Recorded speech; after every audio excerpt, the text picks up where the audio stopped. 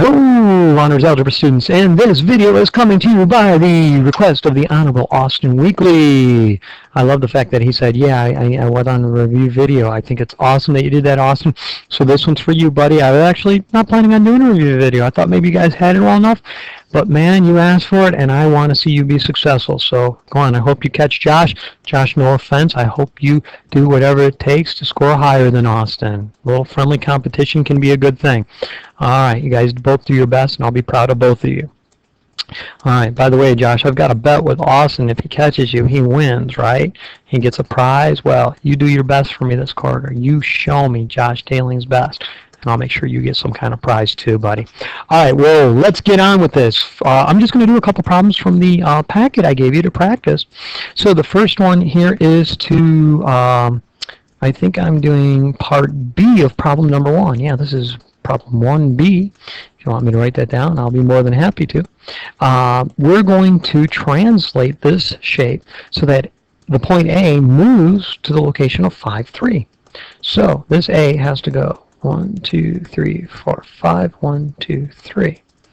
Okay, so there's the new A. Now, there's two ways to do this. A very smart way is to go, hey, A went down 1, 2, 3, and then right 1, 2, 3. So therefore, all my other points have to go down 3 and right 3. That's great. Let's do that. 1, 2, 3, 1, 2, 3, and 1, 2, 3, 1, 2, 3. Wow, I feel like we're learning how to dance here, just in time for the formal. Andrew, and got them? All right. Anyway, now there's another way to have thought about it. Some of you would go, well, I know that this point down here, this unnamed point, is 1, 2, 3, 4 below A. So with my A prime, it's got to be 1, 2, 3, 4 below. And you might have just drawn it in. And that is totally cool that you did that. All right. And so then we'll connect our points. And there we go. I'm not going to spend any more time on translations. I think they're simple enough. Just remember, I might give you a translation of the slope. Oops, not like that, I won't. Maybe, like, and this, of course, would mean down 2, right 5. If I wrote it like this would be up 3, left 4, right? Okay, let's go on. We got to reflect across the line x equals 3. If you're having trouble with x equals 3, write down 2 points. Don't do what I did second period and get it backwards. Oh my gosh, I felt so bad. X needs to be 3. Y can be any number. X needs to be 3. Now, y cannot be any number. If I say y can be any number, some of you are going to put a 0 here. I can't put a 0 there because I already have one there. Y has to be any number other than 0. So maybe I'll make it 2. So let's see. 3, 1, 2, 3.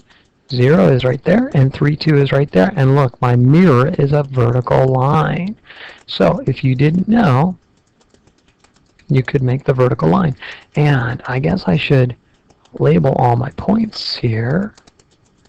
Let's see, we'll call this one A, and then B, and C is on the mirror, D is on the mirror, C, D, and of course E will be that one right there. Now to do the reflection, I just count the distance from the mirror. A is 1, 2, 3. A prime is 1, 2, 3. B is 1 away. B prime is 1 away on the other side. C and D are on the mirror. E is 1 off the mirror, directly below B. So now, all I have to do is go, oh dear, not like that. Mr. Lawrence, what are you doing? It is a pretty cool triangle, though. A will go to B. B will go to C. C goes to D. It's already drawn. I'm not going to waste my time drawing it again. D to E. And then E back to A. And there you go. There's a perfect reflection across the line x equals 3. All right. Let's do some rotations. Oh, hey, you know what? I made a small mistake on this one. This is not actually a problem from your homework. This was the original shape across x equals 3. On problem 2C, it says reflect the shape from part B, not the original. So you can go ahead and do that. I didn't do anything wrong with my reflection. I just didn't call this problem 2C. All right, so this is not problem 2C. This is just the shape from problem 2, and I reflect it across the line x equals 3. Okay, on this one, we are going to rotate 90 degrees counterclockwise, and I believe this is 3A. 3A is 90 degrees counterclockwise. So remember that my new points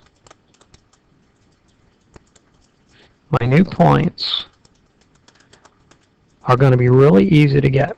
First of all, I've got to go 90 degrees counterclockwise, right? Okay. Oh, excuse me. So, A prime, okay, sorry, 90 degrees counterclockwise. The shape is here. Clockwise would be this way, right?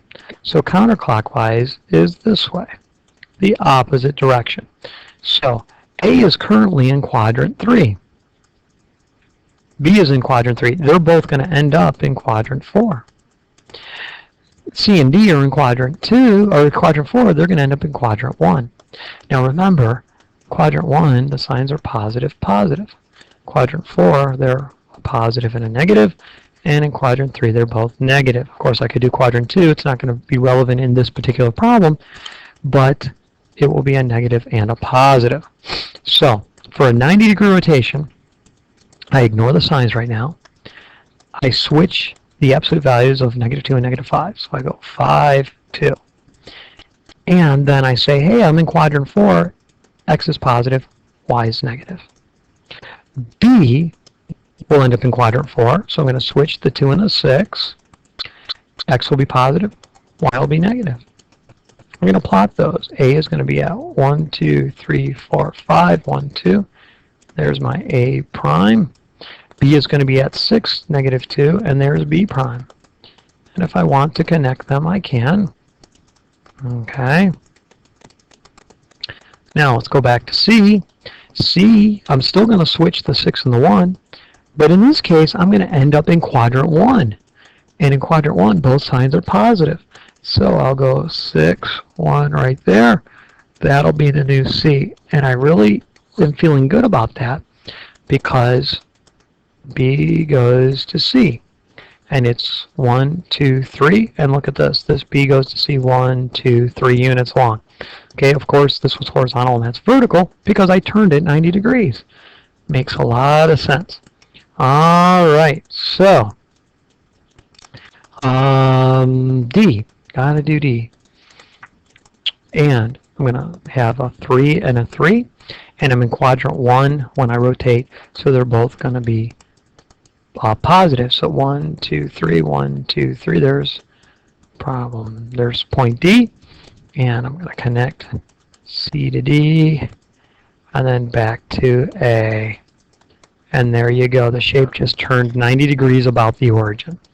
The 180-degree rotation is even easier because all that's going to happen, and I believe I am doing the original, no, am I doing the original shape? I am not doing the original shape. I'm going to do the coordinates that are in red. So my A double prime, I'll be rotating this shape, in other words. B double prime, C double prime, and D double prime. All right. So this is even easier. I just have to make sure I'm using the correct shape. And so A, the A prime, is 5, -2. Well, for 180 degrees, it's going to end up in the opposite quadrant. Okay, 180 degrees would be half a circle. It's going to end up there, and that's going to cause it, both signs to change, but the coordinates aren't going to move. So instead of 5, -2, it's going to become -5, +2. B will become -6, +2. C will become -6, -1. And D will become -3, -3. Okay, so A will be at -5, 1, 2, 3, 4, 5, 1, 2. And then -6, 2. -6, -1 for C. I guess I should be labeling these. Oh, it should be just double prime, sorry. This will be C double prime. And then D will be at 1, 2, 3, 1, 2, 3. And there's D double prime. And now I'm ready to draw my shape. A to B, B to C, C to D, and D back to A, and there you go. Piece of cake. All right, last thing we're going to do for this video is we're going to do two dilations. The red dilation is going to be about the origin. The origin is at the center, and the scale factor is going to be 1/3. Now, the points are located, point P is located at 3, 3. Point Q, which I will call down here, is at 3, -3. Point R, which is here, is going to be at -3, -3. And point S is going to be at -3, 3. So that's R, and that's S. And we are going to just multiply our coordinates by the scale factor. That's it. The new P is going to become 1, 1, because 3 times 1/3 is 1. This will become 1, -1. This will become -1, -1. And this one will become -1, +1. So the new shape is going to end up being a square here, like something like this. A little bit off, but you get the idea. You can use a straight edge and do a better job. I can't use a straight edge on here. I guess I could use the straight segments. Okay, now last problem I'm going to do is point P with the center is at point P with a scale factor of 2. That means P is staying put. I don't need the coordinates for this. Here's what I'm going to do. I'm going to see that this is PQ, segment PQ is 1, 2, 3, 4, 5, 6 units long. The new PQ will have to be 12 units long. So I'm going to go 7, 8, 9, 10, 11, 12. And there we go. So the new side, I guess I can do it in red. It's going to be big and bulky, so I'll have to shrink it down here.